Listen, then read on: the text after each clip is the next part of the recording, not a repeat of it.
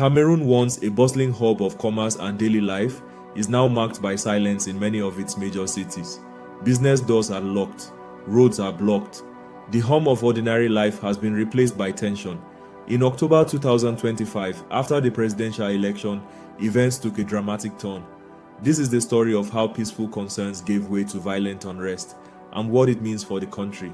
For decades, President Paul Biya has led Cameroon. In fact, he has been in power since 1982. The 92-year-old president has been in power for 43 years. His re-election bid in 2025 sparked deep frustration among many Cameroonians, especially younger people, those facing high unemployment, and regions feeling neglected. On the 12th of October, the presidential election was held.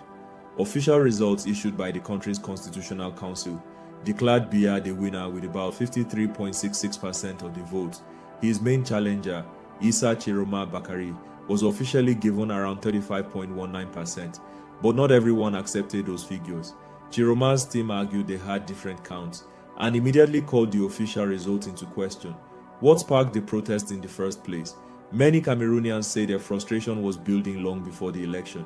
They point to a government they say has changed little in terms of jobs and opportunity over decades, persistent corruption and weak accountability, regional tensions. In English-speaking regions, many feel marginalized. This election came amid that backdrop. When the official result was announced, many believed the vote was rigged. Evidence cited by critics includes high turnout figures in conflict zones, delays in counting, and a general lack of trust in electoral institutions. In the days after the election, protests erupted in several cities, especially in the commercial capital, Douala. Roads were barricaded with burning tires. This is what they want, guys. They want this brutality. We will get the brutality. On va brûler. Venez. Shops shut, neighborhoods emptied. What started as street marches turned into full-blown unrest. Some protesters destroyed public property.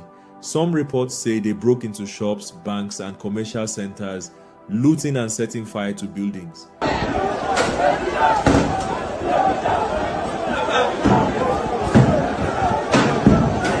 In one district, protesters attempted to storm a police station.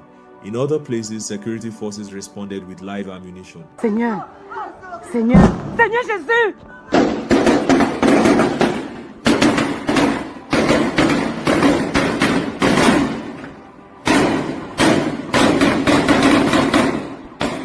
By one estimate, at least 4 to 6 people were killed in clashes in Douala alone.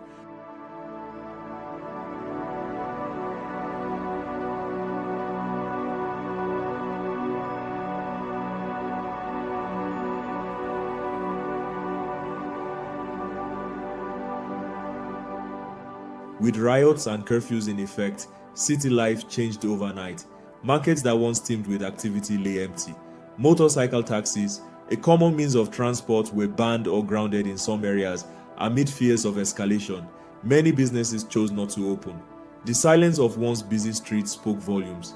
This was no longer simply protest. It was a full societal disruption. Security forces were everywhere. Soldiers and police units were deployed to restore order. The government described parts of the unrest as insurrectional movements. Many observers say the security response has been heavy-handed, water cannons, tear gas, and live fire in some instances. Arrests of people have been reported. Opposition figures, meanwhile, called the election stolen and pledged continued resistance. Supporters chant they won the ballot box and demand their voices be heard. On the other side, government officials insist the process was peaceful and that protests turn criminal when violence and looting start. As the dust settles, at least temporarily, Cameroon faces deep questions. Can trust be restored in the electoral system? Will protests remain peaceful or shift toward wider unrest? How will the government engage citizens who feel left behind? While the official winner has been declared and the results are final under current law, many believe the underlying issues are unresolved. Observers warn that unless reforms are made, the risk of further instability remains. Cameroon today is a country at a crossroads. The noise of protest may fade, but the grievances remain. The locked doors and silent streets bear witness to people's frustration, fear, and hope for a different future. Whether this moment becomes a turning point or another chapter in a long struggle depends on what happens next.